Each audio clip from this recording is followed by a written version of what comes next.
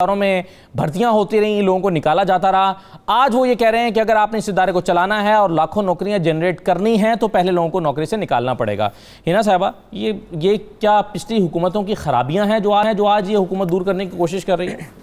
आपने अभी जुल्फी बुखारी साहब का बयान चलाया। आई थिंक आपने वो द करंट का इंटरव्यू भी रिसेंटली क्लिप आया था जिनमें इनसे पूछा गया था कि पाकिस्तान में मोस्ट फेवरेट टूरिज़म साइट क्या है, and he was stunned, he didn't know how to answer. तो वो भी प्लीज़ चला दें कि टूरिज़म को हैंडल करते हैं उनको ये नहीं पता कि पाकिस्तान में टूरिज़म की साइट्स कौन सी हैं। तो ये बिल्कुल जो बात कर रहे हैं वो गलत है। इन्होंने 400 लोगों को नोटिफाई कर दिया है। मेरी बात सुने, एक अदारे में इस्लाहात करनी है आपने, उसके लिए आपको लोगों की रोज़गार छीनने की क्या ज़रूरत है? ये तो वही लोग हैं जो कहते थे कि हम 1 करोड़ नौकरियां देंगे, तो ये तो जब से आए ये खुद ही नौकरियां छीन रहे हैं। तो I personally think Imran Khan साहब की जो स्पीच थी जिस दिन एक तरफ से हम लॉकडाउन का ऐलान कर रहे थे और दूसरी तरफ से वो कह रहे थे कि हम टूरिज़म जो है वो मुल्क में प्रमोट करना चाहते हैं, तो उनका किसी भी चीज़ पे आप देखिए कि कोई देयर इज़ नो सिंगल बयान जो आपस में मिल रहा हो। अब ये जुल्फी बुखारी साहब ने पहले कोई और बयान दिया, फिर कोई और बयान दिया। तो बात यही होती है कि जब अनइलेक्टेड लोग आते हैं, वो जिस तरह इनकी अपनी पार्टी में भी आपको पता है फवाद चौधरी साहब ने भी कुछ दिन पहले सोहेल बराइच को यही इंटरव्यू दिया और उन्होंने यही कहा कि इनके पीटीआई के अपने लोग जो इलेक्टेड हैं वो क्यों नाराज़ हैं, क्योंकि जो अनइलेक्टेड लोग आते हैं वो स्पोक्स पर्सन भी बन जाते हैं। इमरान खान साहब उन्होंने हुकूमत को जवाब नहीं देना और वो देखिए वो आवाम को जवाब नहीं देना। नहीं, अब आप देखें शुगर इंक्वायरी रिपोर्ट आई, रज़ाक ताज साहब को कॉल किया गया, रज़ाक ताज साहब ने कहा कि मैं जवाब देनी हूँ, मैंने नहीं जवाब नहीं देना, ठीक है। सानिया निस्तर साहिबा, उनसे वैसे मैं कहूँ कि उनसे कहा कि आप हमें लिस्ट दे दें जितने एहसास प्रोग्राम के कौन से, उन्होंने कहा नहीं। So I am just saying कि people who are not elected, they are not declaring their assets, so वो तो कभी भी उठ के चले जाएंगे, यू नो। आप उनका तो मुझे, और इसमें आपको 2-3 चीज़ें और। आपके ख्याल में ये जो पॉलिसी है हुकूमत की, ये टूरिज्म को प्रमोट करने वाली नहीं है? बिल्कुल नहीं। कोई भी अपनी लायबिलिटीज को भी तो हुकूमत को मैनेज करना है ना। उनके पास एक जस्टिफिकेशन ये है कि हम अपनी लायबिलिटीज को कैसे मैनेज करें, जबकि आपने जरूरत से ज्यादा लोगों को भर्ती किया हुआ पिछली हुकूमतों ने। देखिए ग्रेड 1 से लेके ग्रेड 16 तक की, 1 से 16 तक ग्रेड की 8000 पोस्ट्स ख़त्म की, ठीक है।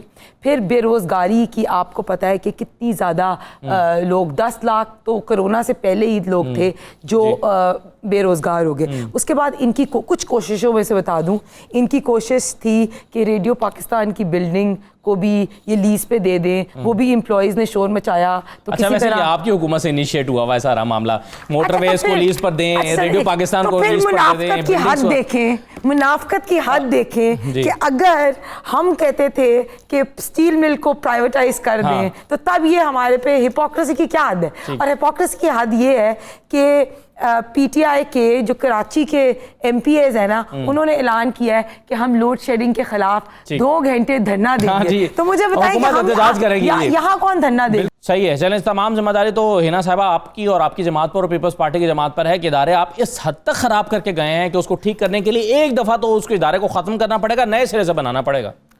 पहले तो आप वो असद उमर साहब का स्टील मिल वाला बयान चलाएं जिनमें उनको पता था कि क्या है, और वो उन्होंने कहा कि अगर मैं इसी स्टील मिल को ठीक नहीं करूंगा इन्हीं एम्प्लॉयज़ के साथ, तो ये बयान दिखा के तो मुझे शर्मिंदा वो हमने पिछले दिनों चलाया अपने प्रोग्राम में। तो पिछले 2 सालों से कोई अदारा है, कोई एक अदारा है जो उन्होंने ठीक कर दिया, कोई कुछ भी नहीं। लेकिन कोई एक अदारा आप ठीक छोड़ कर भी गए थे, इसका भी तो जवाब देना। हम जब गए 2018 में जीडीपी 5.5 छोड़ के गए थे। कोरोना से पहले, मैं आपको कोरोना से पहले बताऊं, जीडीपी वाज 1.9, अब -0.4 है, but before corona in 2019 and it was 1.9। सो अगर आपकी इकोनॉमी के अंदर कोई कुशन होना तो फिर भी इकोनॉमी सेव हो सकती है। अब इंडिया की इकोनॉमी जो जीडीपी था वो 7% था और मोदी की पॉलिसीज़ की वजह से वो 5% तक गिरा, और वो भी उसमें भी ये था कि उन्होंने अपनी डिफेंस पॉलिसीज़ में या कोई ऐसी पॉलिसीज़ में जिन लोगों ने उनके इलेक्शन कैंपेन में हेल्प किया था उनको फाइनेंस करने वाली डील्स की। तो इनके साथ भी सेम चीज़ है कि जिन लोगों ने जो माफिया ये कहते हैं, जिस माफिया को ये कंट्रोल नहीं कर सके, जो इनका पार्ट है, सब लोग, चाहे उसमें रातों रात जिसने डॉलर की प्राइस बढ़ाई, चाहे पेट्रोल का माफिया हो, वो सब के सब को इन्होंने पे बैक करना है। अब अगर आपकी इकोनॉमी में कुशन हो ना, अगर आपकी इकोनॉमी 5.5% रहती 2019 में, या आप उसको जिस तरह हम at the time we were leaving, जो प्रोजेक्शंस थी ना वो ये था कि 7% तक चली जाएगी। लेकिन एक ग्रोथ रेट जो है ना, एक चीज मुझे एक छोटा सा ज़मीनी सवाल है, एक एंड करने दे बात। बेरोजगारी की आप बात कर रही हैं, ठीक है, सब चीज़ हमारे पे डाल दी, ठीक। अभी आपको रिसेंटली आज की एग्जांपल दूं, 46 डॉक्टर्स ने पंजाब में रिज़ाइन किया क्योंकि उनको पीईपी किट्स नहीं मिल रही, ठीक है। यहाँ आप गवर्नमेंट सर्वेंट्स को देखें, 10% सैलरी इंक्रीज नहीं की। सिंध में जब 10% सैलरी इंक्रीज की बजट में, तो पीटीआई के एमपीएस ने वॉकआउट किया।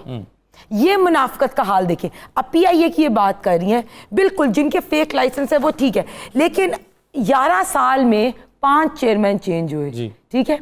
मुल्क एवरेज हुआ 2.2 ईयर्स। इन्होंने 23 महीनों में 5 एफबीआर के चेयरमैन चेंज किए, 5 बीओआई चेयरमैन चेंज किए, आईजी पंजाब के चेंज होते रहे, 5 आईजी पंजाब चेंज हुए। जो आपसे सवाल था उसका जवाब बहरहाल आपने नहीं दिया कि देखें, वो ब्रेक के बाद दे दीजिएगा, मैं छोटे सा ब्रेक पर जाना है। लेकिन कौन सा इदारा था जो प्रॉफिट में था, जो सर्कुलर डेट आप 1200 अरब रुपए का छोड़ के गए, 5 साल में एक्सपोर्ट्स का हदफ कभी पूरा नहीं हुआ, जो करंट अकाउंट खसारा है वो अपने रूज पर था। पीआईए का हाल आपके सामने, एक इदारा प्रॉफिट में कौन सा था जो आपने छोड़ा, वो इस हवाले से तो पीटीआई ठीक कहते हैं ना कि आप तमाम खसा। मैं एक छोटा सा ब्रेक ले लूँ, फिर दे दीजिएगा इसका जवाब, और फिर -1 पे बात करते हैं कि इस पर इतना सख्त मौक़िफ़ आया है बाज़ वज़रा का हुकूमत की जानिब से कि फैसल वाडा साहब तो मरने मराने पर उतर आए हैं।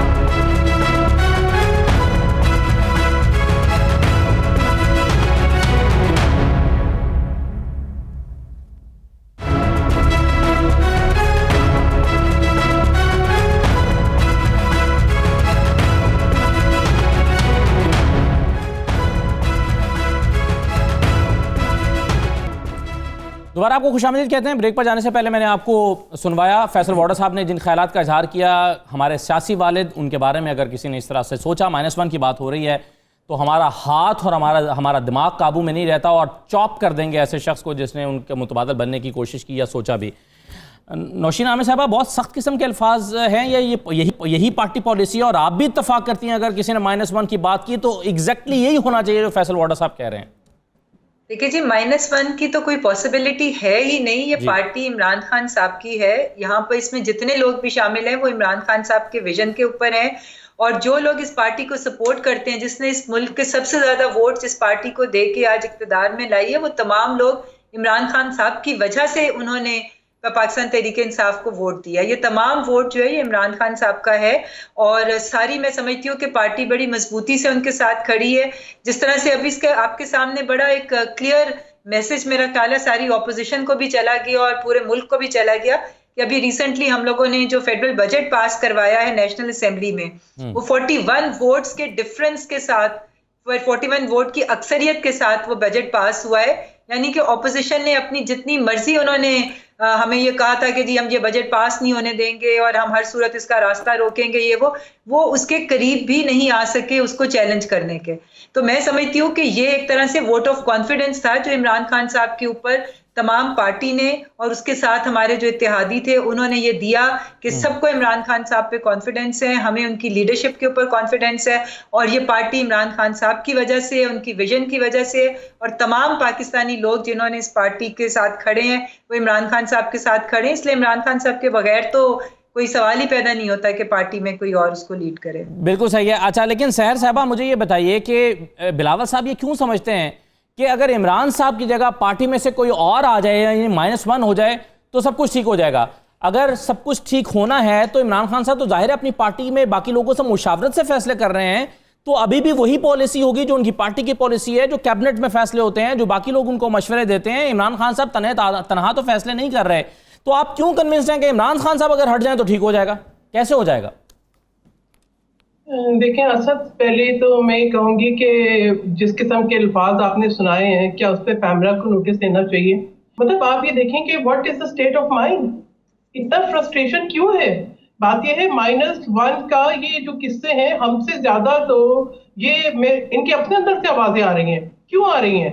यानी एक दिन वजीर आजम साहब को कहना पड़ता है कि वो नागुज़ीर हैं, उन्हें कोई नहीं हटा सकता।